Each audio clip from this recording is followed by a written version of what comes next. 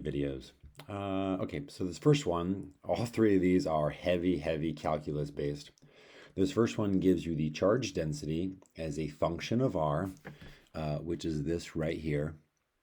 And it looks like when little r equals 0, that goes away and you just get some rho naught. So at the very center of this insulator, you have some rho naught charge. And then when little r grows all the way to being capital R, well, then this term goes to 0, which forces the density to be 0. So the highest densities at the beginning are at the middle, and then it is growing. Oh, excuse me, it is decaying actually as you get out. It is actually a linear decay because it's just a function of R. Okay, so determine the following as a function of R. So we want the magnitude of the E field when little r is bigger than capital R. Okay, that's easy because we're just outside, right? So we're just at some random point P out here. We don't care that the charge distribution is uniform, or in this case, a function of R, or it even was a metal sphere.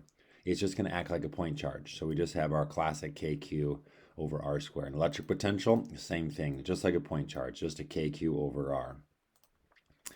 Okay, so we have a proton, we put it at point P, and then we release it to describe its motion after a long time. Okay, so the cloud is a positive Q, right? So if we put it here, the electric field is going to the right. Electric field is going to decay like a 1 over r squared. So that means the force on it is going to decay like an r squared, which means the acceleration is going to decay. And eventually the force is just going to go away because we're far enough away from this thing. And so then eventually we kind of hit some terminal velocity and we just keep going on forever. Okay, so the field is to the right, the force is to the right. They both are decaying over time. And then eventually, since we have no more force, we have no more acceleration, we do hit terminal velocity. Okay, an electron. Okay, now we're going to put an electron. And all right, we're going to go electron this way. And we want the kinetic energy as some function of R. Okay, we know that the kinetic energy is going to come from the change in potential energy. Potential energy is just the voltage, KQ over R, times the charge you put there. Okay, so if we know that the voltage here is some KQ over R, and we're going to go zoom, and it's going to zoom towards this, the potential here is KQ over R, and the potential here is KQ over capital R. It's that change in potential times the charge, the electron, is then the change in potential energy, which then is the change in kinetic energy. So this is just the energy here, KQ, or excuse me, the energy here, KQ over R, which of course is bigger than the energy here, KQ over little r, and then it's that difference. Okay, determine the kinetic energy. Okay, yeah, it's just the kinetic energy. Okay, now we get the hard part. Okay, part D, finding rho naught, and then part E, finding the magnitude of the electric field when we're inside of this thing. Okay, so all of this is just calculus, and I want you to be clear here. You have to understand algebra, though. Just remember, if everything was nice and easy and uniform, the total charge would just be the density times the total volume. That's what we're saying here, except in this case, the density isn't constant.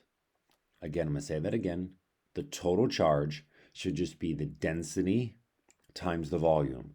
Coulombs per cubic meter times cubic meters would then give you the number of coulombs on that surface. But in this particular case, the density is changing. So what we need to do is we need to use calculus and we need to accumulate the charge on each piece. Well, you have to think of this sphere as a whole bunch of spherical shells. Each shell has its own charge density, and each shell has its own volume, which we say is dV, looking at differentials, and I know we've done this before. The volume of each shell, dV, is just the differential of 4/3 pi r cubed, and so we get 4 pi r squared dr, which also that should make sense because the 4 pi r squared is the surface area, dr is the thickness. The surface area times the thickness gives the volume of each shell. The volume of each shell times the density on each shell does give you the charge on each shell, and then the integral sums it up.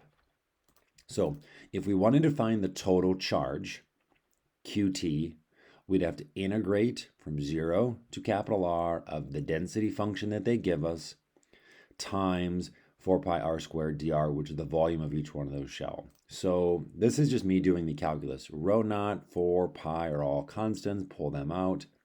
Then I'm going to multiply this r squared into this thing and get r squared minus little r cubed over big R cubed. Then I'm going to do the integral, and this is just me doing power rule, right? Increase the power by 1, divide by the new power. And then this is me just subbing in from 0 to r into this function. And so then I get the total charge is this. The total charge was actually a given, and what we were going to do is, given the total charge, we were trying to solve for rho naught. And so this is just me rearranging this, and then rho naught is then 3q over pi big R cubed. That was me finding the total, or finding the original density at the center. Okay. Okay, now this is me doing this same thing. Don't repeat it. Gauss's law, as we've done before, is the accumulation of electric field over space is proportional to the charge enclosed. Now the hard part here is the charge enclosed. We know that our Gaussian surface is a sphere, so we get E equals 4 pi r squared. This is the easy part. But then over here, you might think this comes from like, where did I get that from? Well, remember, it's the exact same integral. If we want to know the charge enclosed by our Gaussian surface, we do the same thing. We need to find the charge enclosed. So instead of integrating from 0 to capital R, then setting equal to the total charge, if we want the charge enclosed by our Gaussian surface, well, we just do the same thing, but we integrate from 0 to little r. So that's just me coming over here and evaluating from 0 to little r, which just means these little r's just stay little r, and plugging in 0, they all go away. So that's why this term right here is the charge enclosed as a function of r, which is why this thing, boom, just came right here and I didn't do any work. That is the charge enclosed by a Gaussian sphere of radius little r. Then I take this value for rho naught and chuck it in here for rho naught, and then you do some dumb algebra and you get this. That's the electric field as a function of little r. And again, rho naught isn't in there. It can't be in there. That isn't a given. Q total is a given, which is why that's allowed in there. So it's a little algebra at the end. Don't redo the integral for the charge enclosed. It's the same integral, except instead of finding the total charge, you're finding some fraction of the total, which is why you're not integrating from 0 to capital R.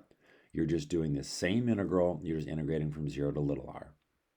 Okay, this is obviously an intense question. It's got a lot of calculus and some algebra and some really good concepts, but you have to be able to do this question. This question is something I would put on my test, or Ohio State would put on their test, and certainly it looks like in 2003, this was what the AP decided.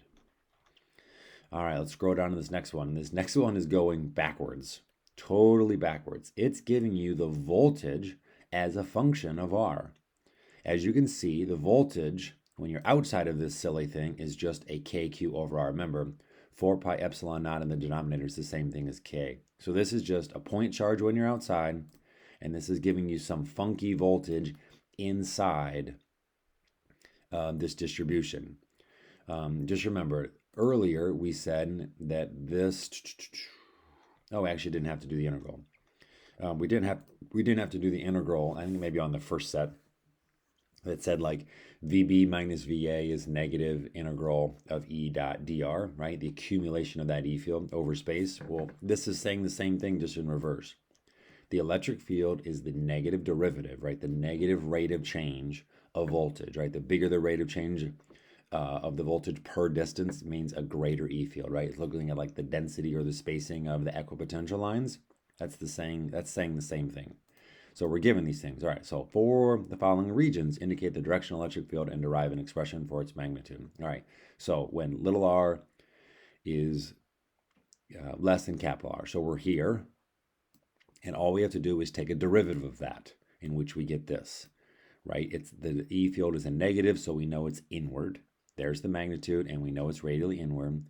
When we're outside, we're talking about that thing. We take a negative derivative of it. We get a negative, but then we also get a negative, and so this does end up being positive. And so it's radially outward at this magnitude, and we knew that, right? That's just a point charge. We get our classic KQ over R squared. All right. For the following regions, derive an expression for the enclosed charge. Okay, so we know the E field in these spaces now, and so we also know that this is true. So you write, this is Gauss's law, right? E 4 pi r squared, charge enclosed over epsilon naught. So for in this region, we just take this electric field and we chuck it in to there, which I did right here, and then I just solve for the enclosed charged. Okay? Now, if your Gaussian surface is bigger than capital R, then of course you've just enclosed all the charge. So yeah, that one's easy. You don't have to do anything.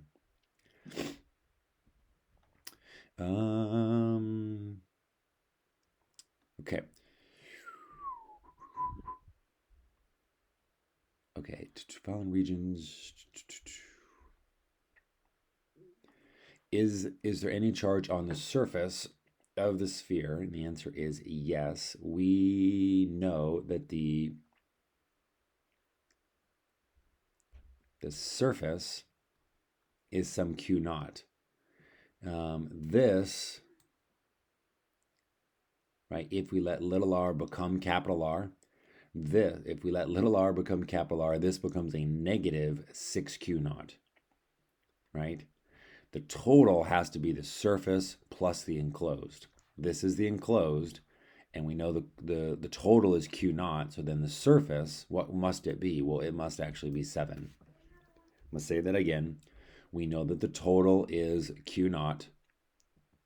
We know that the enclosed charged has to be this negative 6 thing. But if the total is a 1 and this is a negative 6, then the actual charge on the surface must be a 7.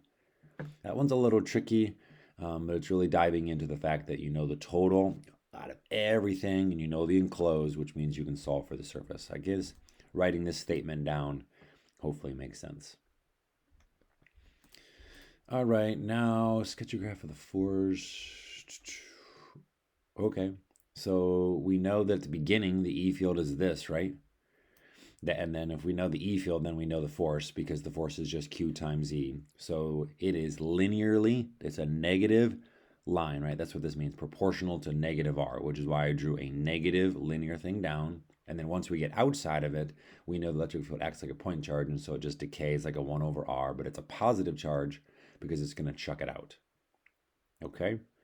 So this is the kind of the graph, and really you're just graphing the same things that you found up here. Right? The E field is a negative R and a positive R squared. And so, well, the force is just throwing in a charge. So you get a negative R and then you get a positive 1 over R squared.